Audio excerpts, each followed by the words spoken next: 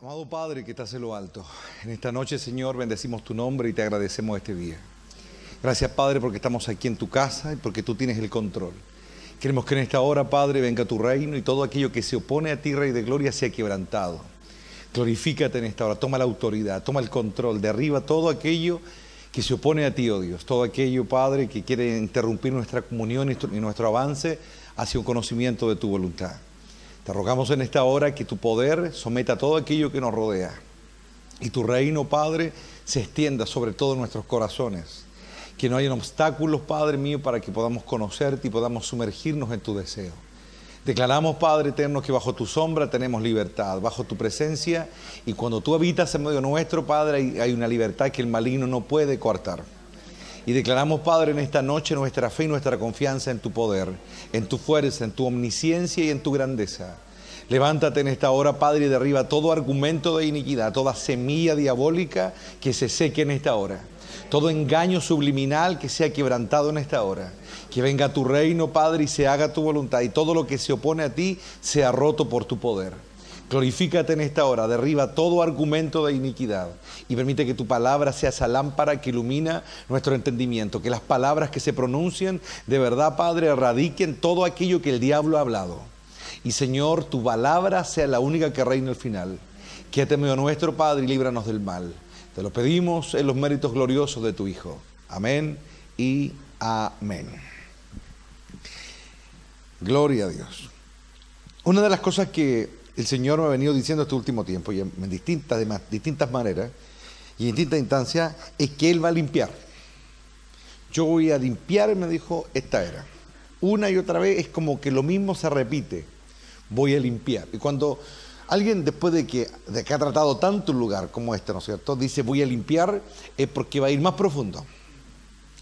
Va a ir donde no ha llegado antes. Y la pregunta que uno debe hacerse es, ¿por qué Dios, podamos decir, se toma su tiempo para llegar a ciertas profundidades? Hay una preparación para llegar a ciertas profundidades. Si alguien, por ejemplo, hace un pozo profundo, ¿no es cierto?, no es llegar y taladrar la tierra y sacar tierra, porque obviamente después se genera un problema de desmoronamiento. Y cuando no se toman las medidas precautorias, ¿no es cierto?, en un tunelaje, lo que sea, después hay consecuencias. Entonces hay que ir preparando el ambiente, como obviamente la estructura, el lugar, para poder ir cavando, ¿no es cierto?, y evitar todo esto, ir formando una estructura, ¿no es cierto?, para poder soportar el peso, ¿no es cierto?, en este caso de la excavación, para evitar accidentes, etc. Y Dios lo hace exactamente lo mismo con nosotros, porque si Él rompiese desde una hasta donde tiene que llegar, nos desmoronaríamos. Se vendría todo abajo, caería pedazo, ¿no es cierto?, y sería realmente un acabose para nosotros. Entonces, Dios toma su tiempo para acabar en nuestro corazón. ¿Para qué? Para que el propio peso de nuestra maldad no nos hunda, no nos aplaste. Entonces, es muy importante darse cuenta de eso. Si hay algo en lo que yo siempre medito, es que el diablo, así como el Espíritu Santo constantemente está tratando de hablarnos, está tratando de guiarnos, el diablo también constantemente está tirando su semilla. Y la semilla, como todo sembradío, ¿no es cierto?, es un proceso lento, no es una cuestión que el diablo la tira, ¡ay, pum!, apareció el tiro. No, eso no es así, porque en nada es así. Es una semilla pequeña, ¿no es cierto?, algo insignificante, así como la semilla de mostaza, que se pone en un momento en una persona, ¿no es cierto?, y luego, ¿no es cierto?, comienza a germinar. Yo me recuerdo un personaje que estaba aquí hace años atrás, ¿no es cierto?, no lo voy a nombrar porque no viene al caso, pero a pesar de que el Señor le mostraba cosas de su propia vida, no se daba cuenta, que nunca tomó la precaución, porque en el fondo a veces nosotros pensamos que sabiendo ciertas cosas o teniendo conocimiento de causa de algunas realidades que nos rodean, podríamos tener un pie de, no sé, podríamos decir un puntal, un lugar de apoyo, ¿no es cierto?, un puntal de apoyo en nuestra actitud correcta ante la adversidad. Pensamos que eso es lo que necesitamos para poder vencer, y eso no es así. Este personaje que era bien sensible, entre comillas, espiritualmente hablando, y el Señor le mostró muchas veces a él mismo, durmiendo, él salía de su cuerpo, me lo contó en más de alguna ocasión, y él me decía que en más de alguna ocasión él se paró en la puerta de su dormitorio y se veía durmiendo, y él veía como un demonio se acercaba con forma de mujer, decía él, me lo describía, y estiraba el dedo igual que en Terminator 2, así, cuando se estira el dedo así, y se lo metía en la cabeza, y se veía cómo lo hacía con él. Y me contaba este personaje que él veía cómo hacía, y el Espíritu le decía, ¿sabes lo que está haciendo?, le decía. Está sembrando cizaña en ti, le decía. Se lo decía. Dios se lo decía al pobre animal este. porque hay que ser animal para eso, hermano. Decía, el espíritu, él me comentaba que el espíritu decía, mira, estás sembrando en esta hora mientras duermes, ese espíritu viene y siembra en ti rebelión, siembra en ti duda, siembra en ti todo, y en un momento va a germinar. Dios se lo advertía. Y él dice que miraba toda la escena, todo el momento, y luego el ser se iba, era decir, como una sombra, ¿no es cierto? Se iba y salía por la puerta y se iba. Semillas, cosas que se van sembrando, actitudes, palabras, acciones, pensamientos. Y es ahí donde Dios va probando nuestra fidelidad a la verdad. Porque Dios debe ser justo, Dios también debe permitir que el maligno venga y también siembre su cizaña, siembre su cuestionamiento, siembre su duda, porque es justo. Así como Dios tiene derecho en sembrar en nosotros todo lo bueno, todo lo amable, todo lo de buen nombre, como dice Pablo, también el diablo tiene derecho, ¿para qué? Para que finalmente nosotros decidamos, decir en otras palabras, nuestros corazones decidan al final con qué se quedan. Entonces, hay un momento en esa lucha personal, esa lucha, ¿no es cierto?, que es muy interna de uno, cosa que probablemente no le contaríamos a nadie, porque nos da vergüenza, no sé, por muchas cosas. Pero es ahí donde yo creo que esa lucha, es de ahí donde la claridad de la evidencia, de la experiencia, del testimonio, y donde uno tiene que aprender a discernir lo que viene de la carne y lo que viene del espíritu.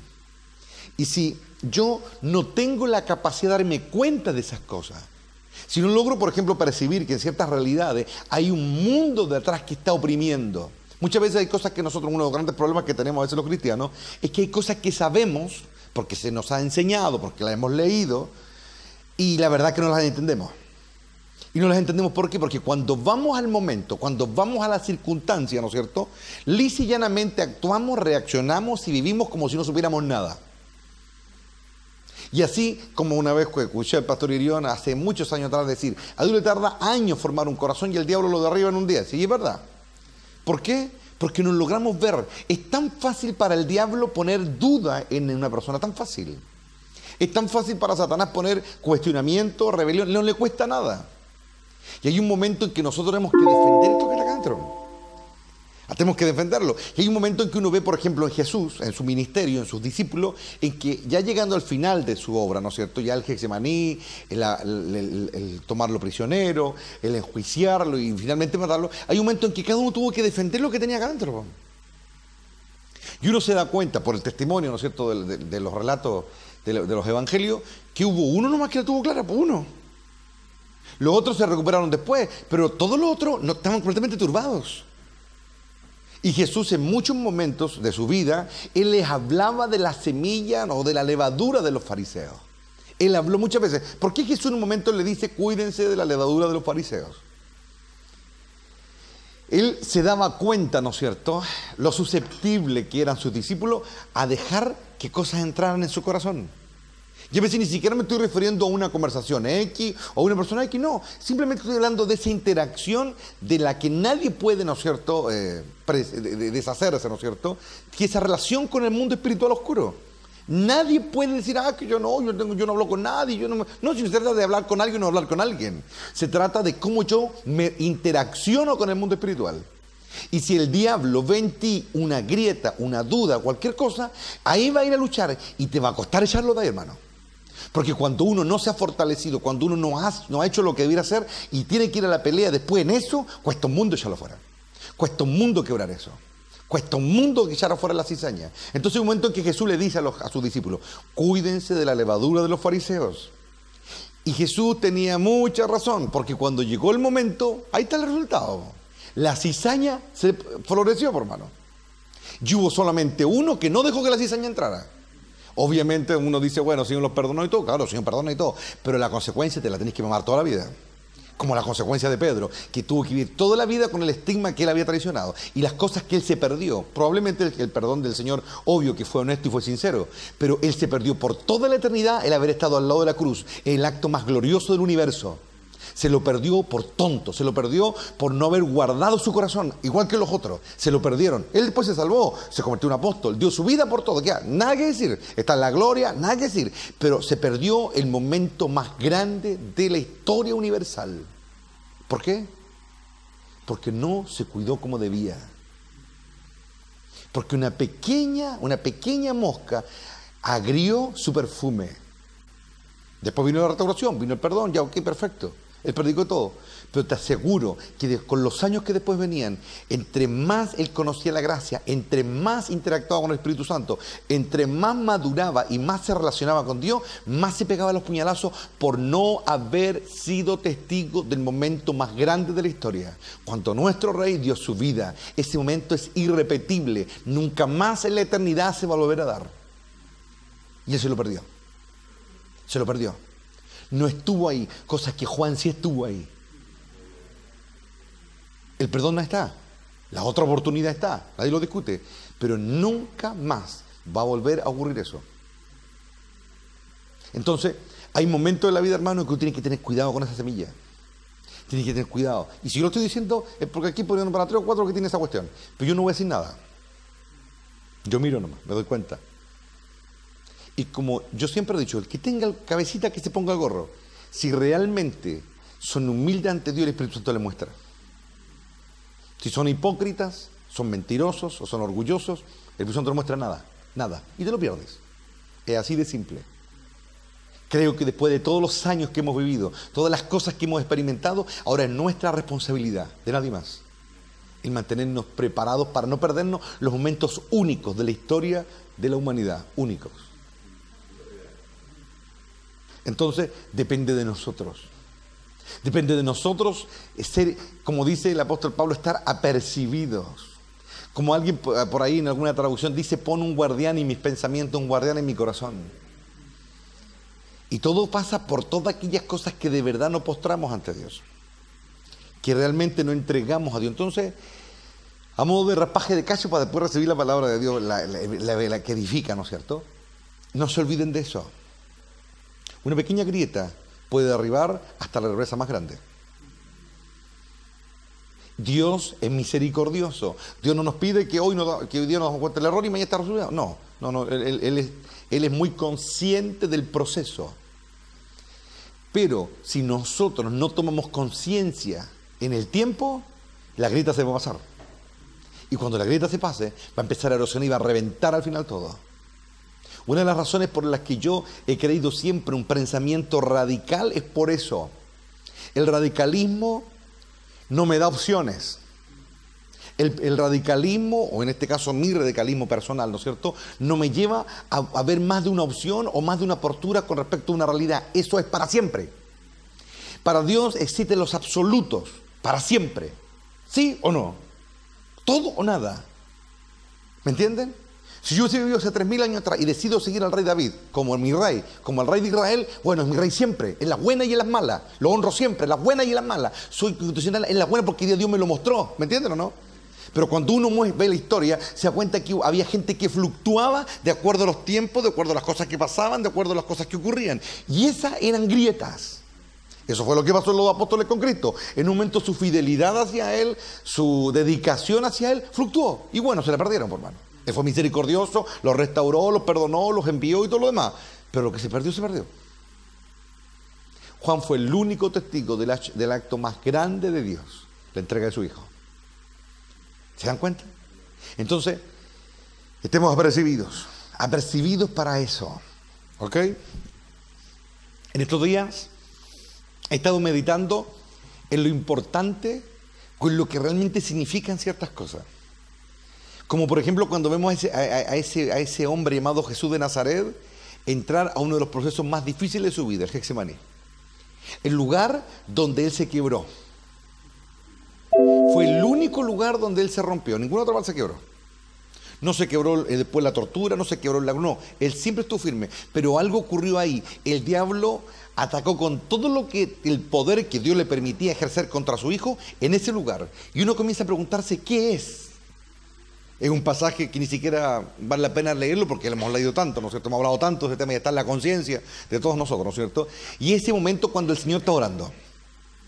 Él está orando, está afligido, está oprimido y nosotros desde afuera lo único que sentimos o lo que podemos percibir es que Él está sintiendo el peso de toda la humanidad y está pagando un precio, ¿no es cierto?, para reconciliarnos con Dios. Y algo que, ¿no es cierto?, la iglesia y los predicadores nos han dicho desde que teníamos uso razón. Pero la pregunta es esta. ¿Cuáles son las señales que nos da a nosotros Dios Y esto está glorioso esta noche. Las señales que Dios nos da de cuál fue la lucha de él. Muchos dicen miedo. Puede, yo creo que había algo de eso. Pero hay un momento en que hay ciertos episodios o ciertas interacciones que la Biblia nos muestra del diablo contra él. La más emblemática de todas, ¿no es cierto?, el desierto. Luego del bautismo en el Jordán con Juan, él va al desierto y vemos el primer ataque. Vemos cómo, de alguna manera, lo que el diablo le quiere quitar al Señor es algo que para Dios es valiosísimo. Y por ende para el Hijo es muy valioso. Su identidad. ¿Quién es? Si eres el Hijo de Dios, haz esto, haz aquello, si eres. Entonces, nos ponemos en el tapete de que hay muchas cosas, o mucho del ataque que Jesús recibía, tenía que ver con su identidad. Hace unos tiempos atrás estaba leyendo los testimonios de la monja esta que tuvo ciertas visiones en las que se basó la Ana Catalina, ¿no es cierto?, en las que se basó la pasión de Cristo. Y vemos, yo lo estuve leyendo el texto, y el Espíritu da testimonio de hartas cosas, hermano. Y una de las cosas que me llamaba la atención es que ella cuenta, porque ella va en el Espíritu y el Señor, el Padre, le muestra cuál era la lucha que tenía Jesús. Y una de las luchas que él tenía, por lo que ella le ha revelado, es que el diablo le decía a él en su mente, o trataba de tergiversarle a él la realidad, y lo hacía verse a sí mismo como un abusivo con el resto. Puntualmente, una situación puntual con respecto a una propiedad que una de las seguidoras de él le había dado a él el dinero para el ministerio. Y el diablo, en ese lugar, ella podía escuchar la voz del diablo que le decía: tú eres un abusivo, eres un ladrón, le decía, abusaste de los que están a tu alrededor, te han quedado en la calle por servirte a ti. Y era tanto la opresión demoníaca que el Señor vivía, que en un momento a él se le comienza a crear una dualidad de realidad. Yo siempre les he dicho que esa experiencia, la de Getsemaní, es una de las experiencias más desconocidas hacia la iglesia que Cristo vivió. Tu nombre, te agradecemos, Rey de Gloria, que nos permitas estar aquí. Derechamente en un momento gracias, Señor, Padre Eterno, porque tú no podía pensar. No podía pensar. Fue tanto que ya ni siquiera sentía la fuerza para orar, y pidió a los discípulos que lo ayudaran a orar. Vemos, ¿no es cierto?, de que la providencia divina no le acepta la solicitud, y él tiene que seguir luchando. Y vemos que hay un gran silencio ahí. Hay muchas cosas que Dios no cuenta de lo que pasó ahí. ¿Me entienden? Y lo único que Juan nos dice, ¿no es cierto?, es de que cuando viene la turba y Jesús realmente en un momento se para, pero la Biblia no nos cuenta nada más, dice que él se repone, dice, y va a enfrentar la turba. Le preguntan por Jesús. La pregunta clave: ¿dónde está Jesús de Nazaret?, le dicen. ¿No es cierto? Y vemos que la respuesta de Jesús fue más que un simple responder quién era o quién no era, dónde estaba y dónde no estaba.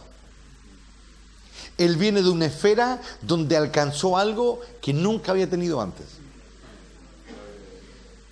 Y cuando él lo dice, ¿no es cierto?, ocurre un acto realmente milagroso, podríamos catalogarlo.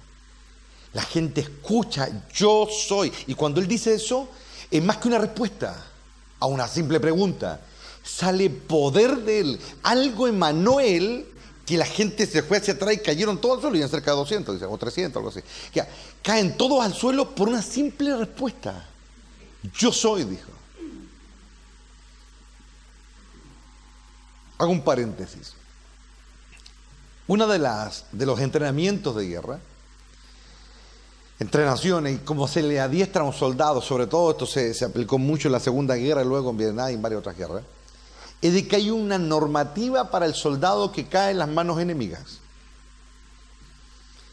Primero, las instrucciones son: usted no da ningún tipo de información, no le cree nada a sus captores, no confratizas con ellos en ninguna manera, y lo único que estás autorizado a decir es tu nombre, tu rango y tu número de serie.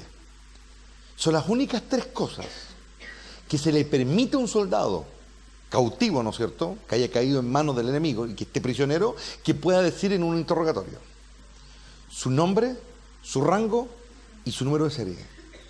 Y se ha sabido de soldados que bajo tortura, ya casi en la última, lo único que siguen diciendo es su nombre, su rango y su número de serie. En otras palabras, hay una razón, hay un estudio para eso. No es que porque simplemente a un militar por ahí en algún momento de la historia se le ocurrió enseñar la cuestión y ponerla como tradición. No, hay una razón. Y la razón es que en medio de la guerra, en medio de la tortura, en medio del dolor, del sufrimiento, no puedes olvidarte quién eres. Porque generalmente la tortura, ¿no es cierto?, de un soldado prisionero va aplicada el golpe, está aplicada muchas cosas, el ataque, ¿cómo se llama?, agresión psicológica, no los dejan dormir, les ponen ruido, les ponen luces, es decir, les tratan de cambiar la realidad, es decir, que se quiebren emocionalmente, para que obviamente después queden totalmente expuestos a cualquiera y puedan sacarle toda la información. Pero a un soldado bien entrenado se le dice: nunca te olvides de quién eres. Nunca te olvides de tu nombre. Nunca te olvides de tu rango. Y nunca te olvides tu número que te identifica. Nunca. En los momentos más difíciles. Entonces ahora, Joramay, Saquía, Saya, yo estoy entendiendo algo en esa oscuridad del Getsemaní. Hay algo que Dios quería que su hijo entendiera. Nunca te olvides de tu nombre. Nunca te olvides de tu rango. Y nunca te olvides de tu nombre secreto. Nunca te olvides. Dilo una y otra vez. Dilo una y otra vez hasta que te des cuenta quién eres y lo que debes ser. Pero ¿qué ocurre con los creyentes? El diablo viene a distorsionar su identidad.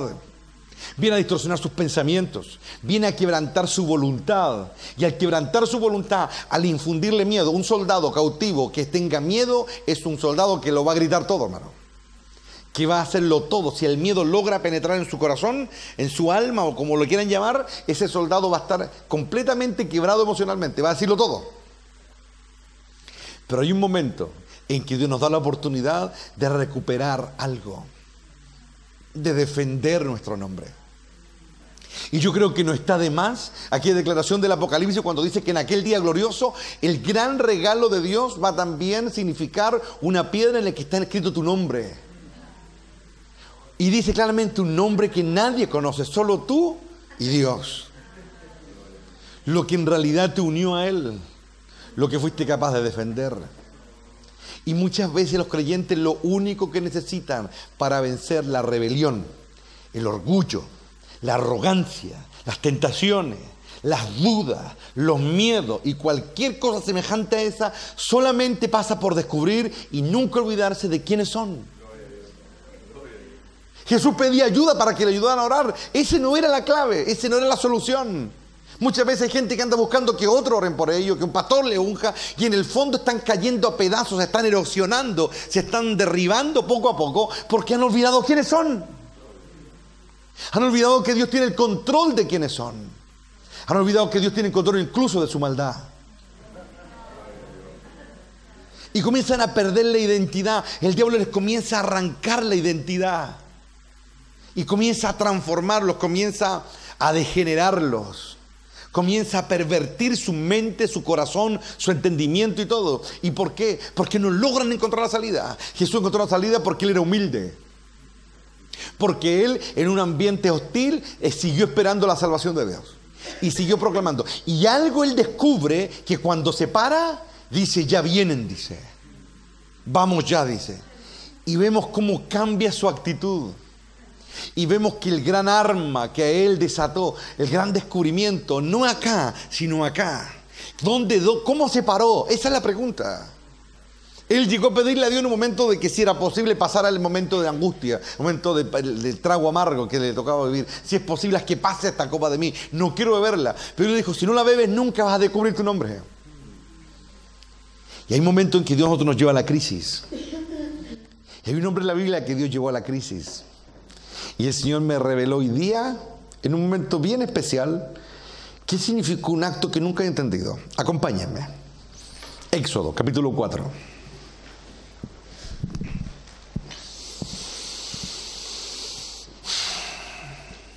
Señales del poder de Dios tiene la titula esta versión.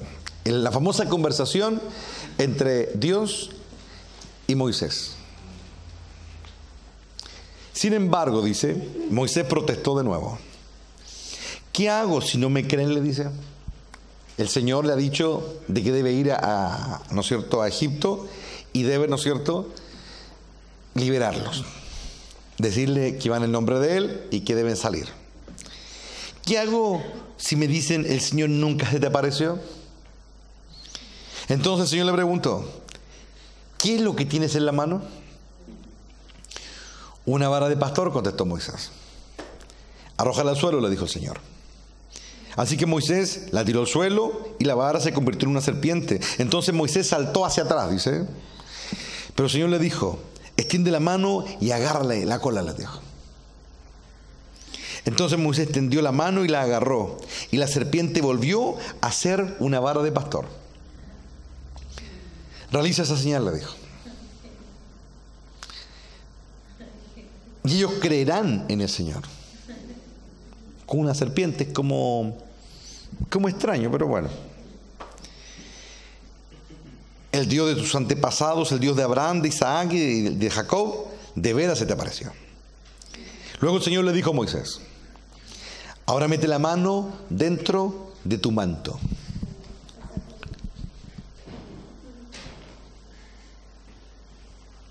Mete tu mano dentro de tu manto. La versión, ¿no es cierto?, 60 dice en tu pecho o en tu lecho. Entonces Moisés dice, metió la mano dentro de su manto, su pecho, y la sacó. La mano estaba blanca como la nieve, ¿no es cierto?, afectada por una grave enfermedad de la piel, lepra. Ahora vuelve a meterla adentro, lo dejo. Así que Moisés metió la mano de nuevo y dice, y cuando la sacó, estaba tan sana como el resto de su cuerpo. El Señor le dijo, si no te creen ni se convencen con la primera señal milagrosa, se convencerán con la segunda. Y si no te creen ni te escuchan, aún después de estas dos señales, entonces recoge un poco de agua del río Nilo y derrámala sobre el suelo seco. En cuanto lo hagas, el agua del Nilo se convertirá en sangre sobre el suelo. Pero Moisés rogó al Señor, oh Señor, no tengo facilidad de palabra, nunca la tuve, ni siquiera ahora que tú me has hablado, se me traba la lengua y se me enredan las palabras. Entonces el Señor le preguntó, ¿quién forma la boca de una persona? ¿Quién decide que una persona hable o no hable? ¿Que oiga o no oiga? ¿Que vea o no vea? ¿Acaso no soy yo el Señor?, le dijo. Ahora ve, le dijo, yo estaré contigo cuando hables y te enseñaré lo que debes decir. Pero Moisés suplicó de nuevo, te lo ruego, Señor, envía a cualquier otro. Entonces el Señor se enojó con Moisés y le dijo, de acuerdo, ¿qué te parece tu hermano Aarón el levita? Sé que le habla muy bien. Mira, ya viene en camino para encontrarte y estará encantado de verte. Habla con él y pon las palabras en su boca. Yo estaré con los dos cuando hablen y les enseñaré lo que tienen que hacer. Aarón será tu vocero ante el pueblo, él será tu portavoz, y tú tomarás el lugar de Dios ante él al decirle lo que tiene que hablar. Lleva contigo tu vara de pastor y úsala para realizar las señales milagrosas que te mostré. Y uno comienza un poco a observar, ¿no es cierto?, el proceder de Dios. ¿Y saben qué? Me comencé a dar cuenta de algo. Moisés, en la conversación con Dios, lo que yo menos veo es un hombre dócil. Yo no veo obediencia en él. Es más, no veo sabiduría en él. No veo sensatez. Porque está hablando con el Eterno y está poniendo trabas. ¿O no? Es decir, se atreve a tener una conversación con Dios en la cual Él le expone, ¿no es cierto?, que Él no habla bien. ¿Y saben qué? La primera gran advertencia aquí es de que hay personas que pueden estar frente a una tremenda realidad y todavía siguen buscando excusas. Y eso es algo de lo que hay que cuidarse. Pero de pronto el Señor me muestra algo con respecto a ese hecho puntual. Poner la mano acá y que te salga lepra. Y de pronto me comienzo a dar cuenta de algo que no había visto antes. Y es de que el Señor le dice, pon tu mano en el pecho, le dice. Y es como que ahora el Espíritu me dice, mira, vamos a ver la realidad de Moisés. Vamos a ver lo que realmente es. Pero él tiene que verlo. Y él pone su mano, y ahora imagínate la sensación. ¿Qué clase de señal es esa? Una mano leprosa era. Y él la mete y se pone, pero así, putrefacta la mano. Putrefacta, así en un instante. Podrida, hedionda, así, pero destruida. Eso es lo que eres. Eso es lo que tienes dentro. Pero antes que te llamase aquí, yo ya lo sabía.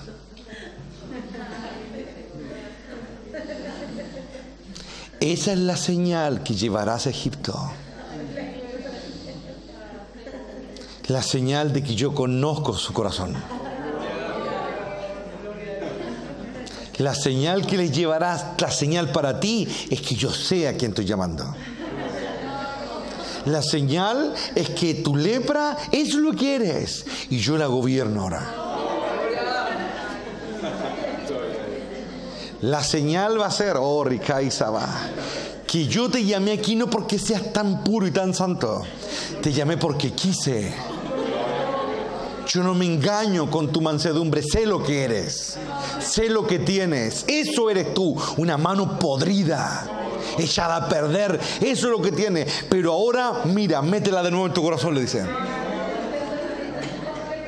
Mi voz, mi mandato va a someter esa lepra ahora.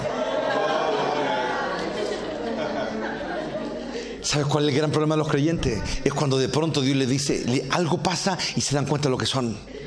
Y esa cuestión los comienza a hundir, a hundir, a hundir. Y comienza la tristeza, la angustia. Y de pronto como que comienzan a alejarse de Dios, como si Dios nunca hubiese sabido que tenían esa lepra. Y la gran lección es esta: yo sé quién eres. Tonta la lepra, es que yo no sé hablar. Lepra, rebelión, sabio sobre opinión, es que yo aquí no. Lepra, lepra. Y a pesar de eso, la gracia estaba cubriendo la lepra. Jorabay, Saquía, Sella. Dios nos lleva momentos para sacar nuestra lepra a la luz. El Hijo del Hombre, el ser más maravilloso y perfecto que vive en esta tierra, Dios lo llevó a Getsemaní y le sacó la lepra. Si es posible, haz que pase esta copa de mí. Y el Señor, ¿sabe qué hizo? Le dijo, pon tu mano en tu corazón. Vamos a dominar ese miedo esta noche, le dijo. Vamos a controlar esa debilidad esta noche. Tenías que verla, tenías que darte cuenta. Ahora tú y yo vamos a dominar esa lepra. Tú y yo vamos a controlar esa maldad que te ha arraigado, que te ha sujetado. Toda esa rebelión, ponla delante de mí, no la escondas, sácala. Eso es lo que eres. Oh, Ramay, Saquem. ¿Te das cuenta que cuando él se le puso la mano leprosa no dijo nada? Él se dio cuenta que así era el pan. Que han pasado 40 años en un desierto y sigue tan leproso como cuando se arrancó del juicio de los egipcios por haber matado a un egipcio. Sigue igual. ¿Sabes qué es lo que nos cambia? Yo aprendí algo glorioso, hermano. Yo he escuchado, hasta lo he dicho durante mucho tiempo, Dios se tomó 40 años para preparar a Moisés, y estaba exactamente igual. Leproso y putrefacto. Porque tu justicia, para mí, dice Dios, son como trapos de inmundicia. Pero yo, oh Racay, Sarabas, ahí está la gloria de Dios. Tú estás aquí no porque arrancaste a los 40 años de Egipto y ahora tienes 80, no es por eso. Es porque yo te amé. Cuando te querían matar, yo te salvé. Cuando te quisieron ahogar, yo te saqué de las aguas. Cuando las aguas quisieron matarte, yo te libré de ellas. Yo te crié. 40, 50, 70, 80 años no marca la diferencia. Es que yo quiero usarte. Y lo que quiero que entiendas es que yo lo he visto siempre. Oh, la gloria de Dios, hermano. Que yo siempre lo he sabido. Y lo que necesito hoy es que tú veas eso. Te des cuenta que tú eres así. Oh, gloria a Dios, hermano. De que realmente tú no eres la gran persona. Esto es lo que eres. Te estoy hablando y me estás todavía buscando pretexto. Te estoy diciendo lo que tienes que hacer y todavía estás poniendo peros. Pero yo te conozco del día que te querían matar. Y yo te salvé la vida. Estás aquí por eso, no porque seas bueno. No porque lo has hecho bien, no porque seas un atado de espiritualidad, porque no lo eres. Estás aquí porque yo quiero que estés aquí. Ahora yo veo a nuestro Padre y su Hijo ahí en la oscuridad de Getsemaní. Él es lo más granado que tiene, lo mejor que tiene. Pero ahora hasta su propio Hijo está sacando la mano leprosa. Pero Él, que es grande en misericordia, no lo hace para hundirnos. Él quiere que le entreguemos la lepra a Él.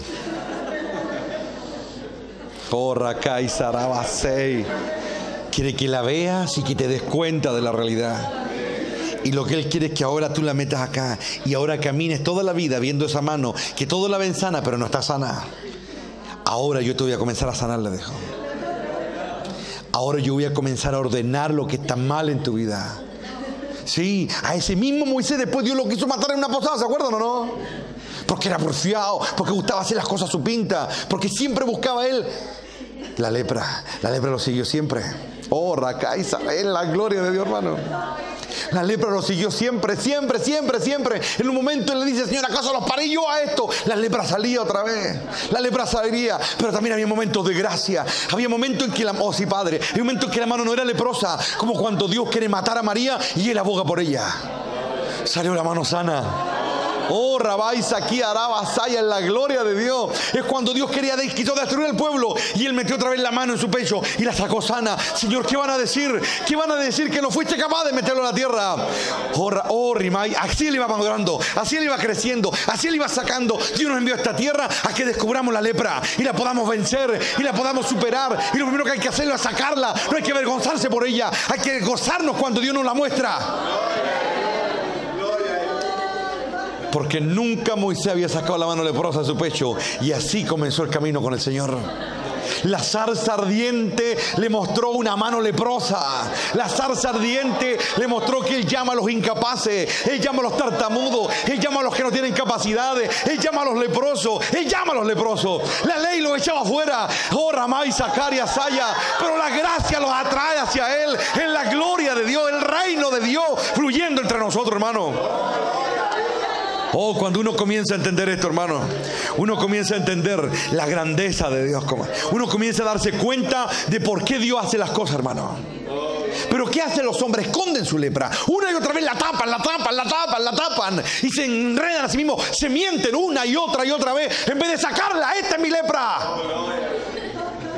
Y gritar, ten misericordia de mí. Oh. Y Él nos envía hacia la ley. Vayan y preséntense ante el sacerdote. Pero cuando tenemos el valor de enfrentar la ley, cuando tenemos el valor de enfrentar la lepra, entonces la gracia nos sana en el camino. Oh, Ramaisa, aquí Arabasai. En el camino la lepra se va. En el camino la lepra se va. No hay que esconderla, no hay que avergonzarnos de ella. Hay que presentarla delante de Él. Moisés toda la vida luchó con esa lepra. La última lepra que sacó su vida fue cuando Dios le dijo, ábrele la piedra, y la golpeó. Y Dios le dijo, por no haberme honrado ante los hijos de Israel, tú no vas a entrar, le dijo. Y se dan cuenta que Moisés no dijo nada. Guardó silencio. Metía la mano al corazón, la sacaba y salía limpia. La volvía a meter y salía limpia. La volvía a meter y salía limpia. Todas sus pruebas, todo su sufrimiento, toda su derrota, lo iba limpiando, hasta que Dios le dijo, ahora entrégale el mando a Josué. Porque cuando venzas todo tu pecado podrás heredar. La gloria de Él, la gloria del Eterno, la gloria del Adonai. Ante Él toda rodilla se dobla. Los ángeles se deleitan en su grandeza. Todos se inclinan ante Él en la gloria de Jehová. Ahora ven, tú sube al monte Nebo, le dijo. Ven y sube. Oh, en la gloria de Dios, hermano. Oh, que está en la gloria de Dios, hermano. Casi 3.500 años y el diablo no ha podido poseer ese cuerpo. Un cuerpo sin lepra. Un cuerpo purificado. Un cuerpo por el que el diablo disputaba. El diablo quiere lo que él no pudo. Eso es lo que el diablo jamás tendrá. Él morirá leproso. La lepra lo ha devorado. Pero Cristo le da victoria a los que confían en Él.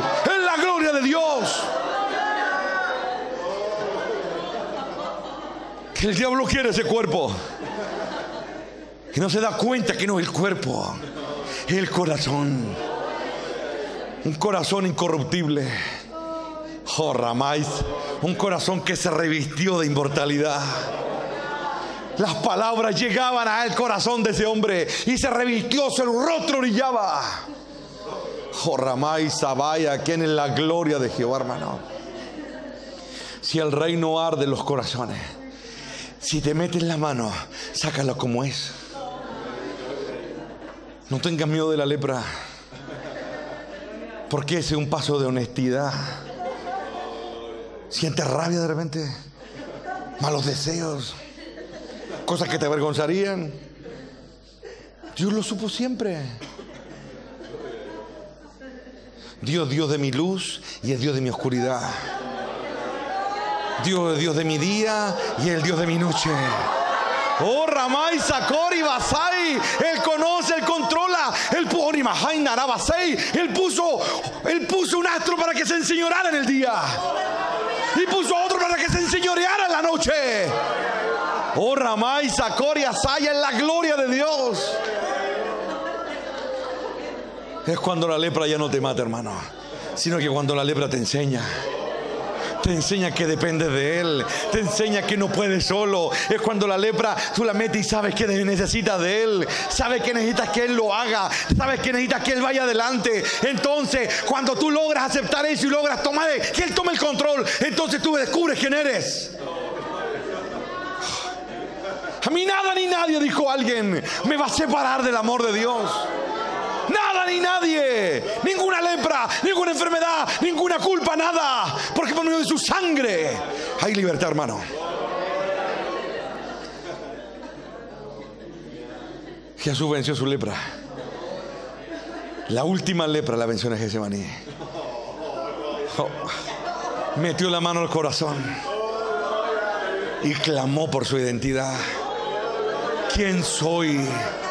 ¿Quién soy? ¿Quién soy? Y ahí estaba él. ¿Quién soy? ¿Quién soy? Y de pronto comenzó a brotar quién era. Yo, ¿quién soy? Yo soy el Hijo de Dios. Yo soy el Mesías. Yo voy a morir y voy a resucitar. Nadie ni nada podrá vencerme. Soy el Hijo del Altísimo. Y las tinieblas huyeron en esta noche de los que están hoy aquí. ¿Cuántos quieren alcanzar esa libertad?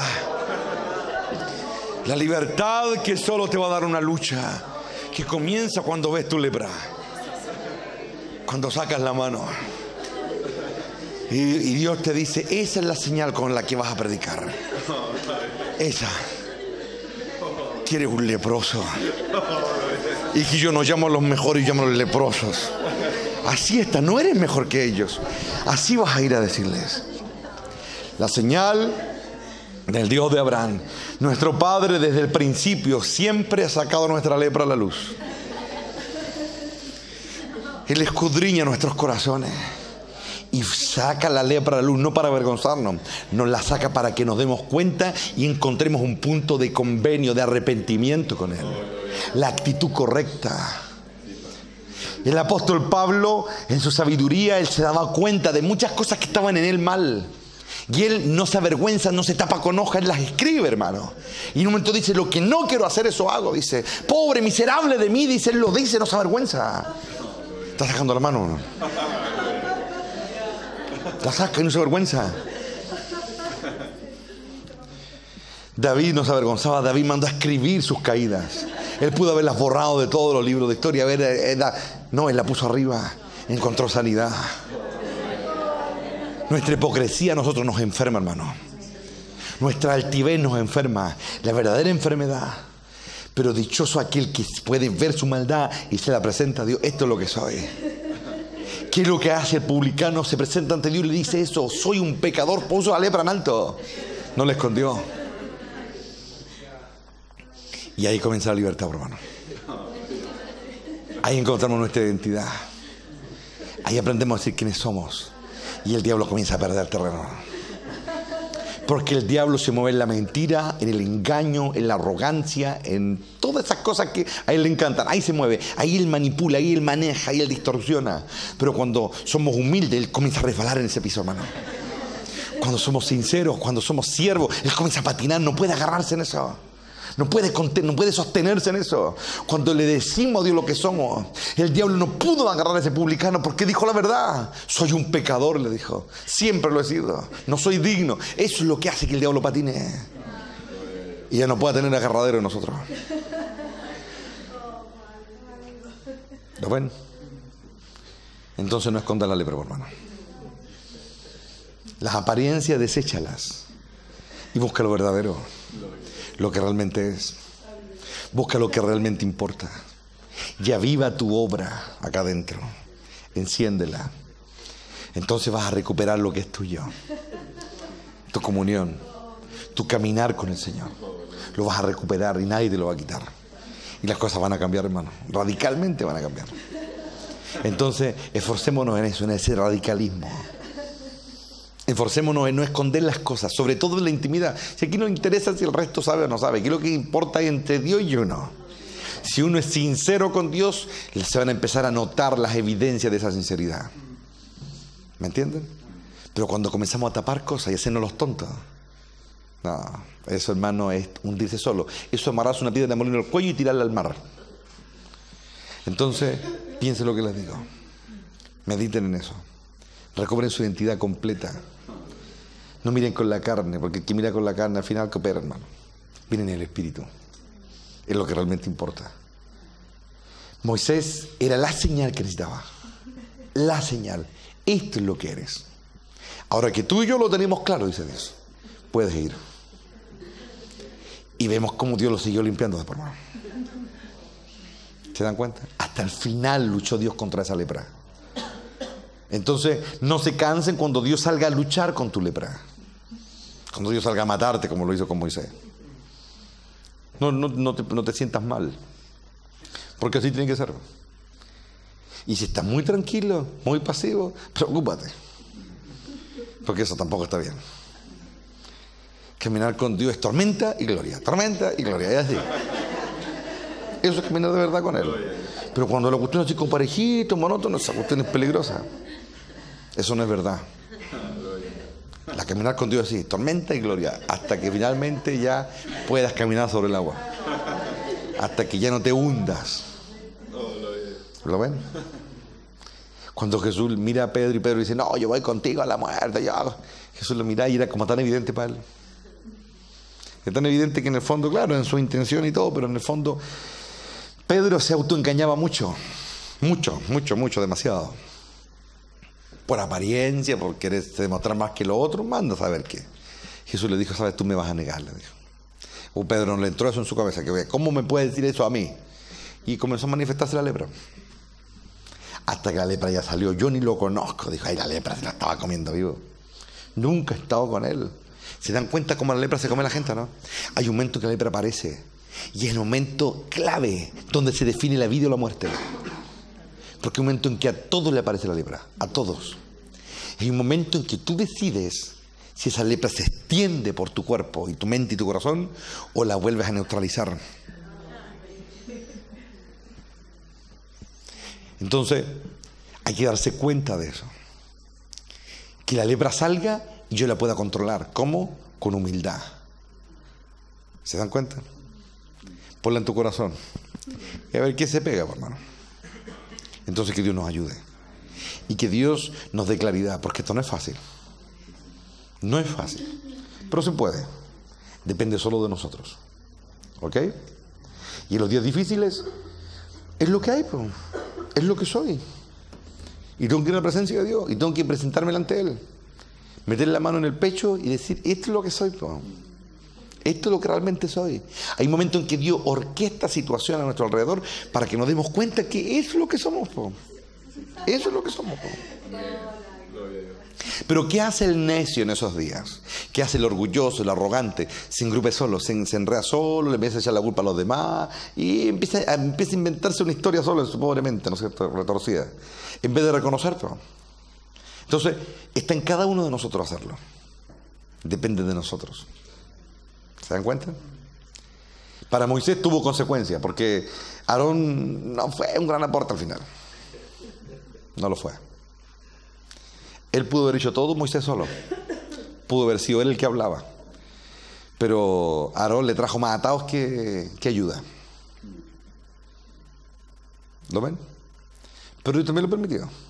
Fue el resultado de su lepra, de no haber confiado en Dios, de haber creído de que él tenía razón al hacer un propio análisis de sí mismo. Es que yo nunca he hablado bien. Bueno, tuvo que arrastrar con esa leprita de hermano, porque fue así. Cuando hubo momentos críticos en la vida de Israel, ese hermano guateó, pero así descomunalmente. Fue el que ayudó a fabricar un ídolo para que Israel lo adorara. ¿Quién más bajo caer que eso ya? ¿Me entienden? Si Moisés hubiese hecho lo que tenía que hacer, si él hubiese suprimido la lepra, muchas cosas se hubiesen evitado. Entonces que Dios nos ayude y nos demos cuenta de las cosas que pasan.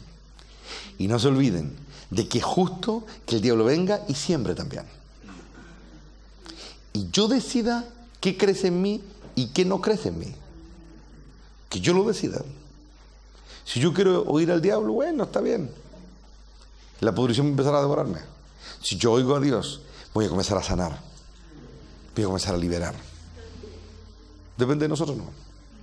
¿Lo ven o no? Entonces piensen lo que les digo. Es importante entenderlo ahora. Ahora. Cuando la lepra se le detecta a alguien, esa persona es puesta en cuarentena, hermano.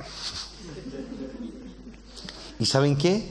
Cuando la lepra se manifiesta, Dios pone cuarentena sobre las personas leprosas. La ley lo decía, tenía que apartarse. Y aunque obviamente cuando estamos siendo tratados, Dios no nos echa a la iglesia por un tiempo hasta que se nos pase la estupidez, ¿no? Igual quedamos aislados por el Espíritu. Y el que no se da cuenta de eso es porque una vaca para ella va. Queda aislada la persona, pero es parte del proceso. Es parte del proceso. Y yo vuelvo a la verdadera comunión cuando realmente logro ver el problema. Y alguien intercede. Alguien que sea justo ante el ojo de Dios. En el caso de Moisés, María se muere leprosa afuera si él no intercede. Entonces, desen cuenta de esas cosas, que el Espíritu les vaya enseñando esas cosas a todos nosotros. Porque siempre hay una verdad más elevada de donde estamos, siempre. Nadie llega a la cúspide de la verdad. Dios está en la cúspide y nadie va a llegar donde Él está. Pero para llegar hay una eternidad, hermano. Así que Dios nos ayude y nos dé claridad. Amén. Tome la mano de alguien por ahí cerca. Amado Padre, en esta noche te damos la gloria. Bendecimos tu nombre porque tú eres fiel. Porque tú sostienes a los que has creado. Aleluya. Porque tú los viste, Rey de Gloria. Porque tú haces el sacrificio y nos pones vestimentas que honran. Hoy te alabamos, Rey eterno, y proclamamos tu grandeza sobre todo lo que nos rodea. Que venga tu reino maravilloso y seamos libres, aleluya, y experimentemos la sanidad tan anhelada de tu presencia. Glorifícate en esta hora, disuelve toda obra del enemigo y haz que el Espíritu Santo traiga libertad. Bendice y fortalece a aquellos, Señor, que están enfrentando su lepra. Dale la fuerza para superarla, Rey de Gloria, y alcanzar la altura que deben alcanzar. Que el diablo no les gane la partida, Rey de Gloria. Aunque por un momento Rabacay, Sarabasella, oh gloria a Dios. Oh, aunque por un momento caigan en las manos de sus enemigos. Que no olviden su nombre. Que no olviden su rango. Que no olvide quiénes son. Rabay, Zacar y Asem. Oh, la gloria de Jehová, aleluya. Que no olviden lo que son. Que no olviden a quién le pertenecen. Que no olviden de dónde vienen y a dónde van. Oh, aleluya, que no olviden. Que defiendan, oh, Rabay Saquem, ante la opresión. Que se defiendan ante la adversidad. Que se defiendan con diente y uña. Para que reciban la piedra con su nombre. Kia Rabasei. Oh, Rabay Sacor y Dabasei, Jacoba, en la gloria de Jehová. Levántate, poderoso Padre, y dale libertad a los tuyos en esta noche. Que se rompan las ataduras, que se rompan las maldiciones. Todo lo que ha venido del pasado, que se rompa en el nombre del Cordero. Y que tu pueblo alcance libertad en tu presencia. Levántate, amado Dios, y deja que la verdad nos haga libres en esta noche. Que la verdad nos revista, Rabba Isaquem, y que experimentemos renuevo, aliento nuevo. Padre, tuya es la gloria y la honra desde ahora y para siempre.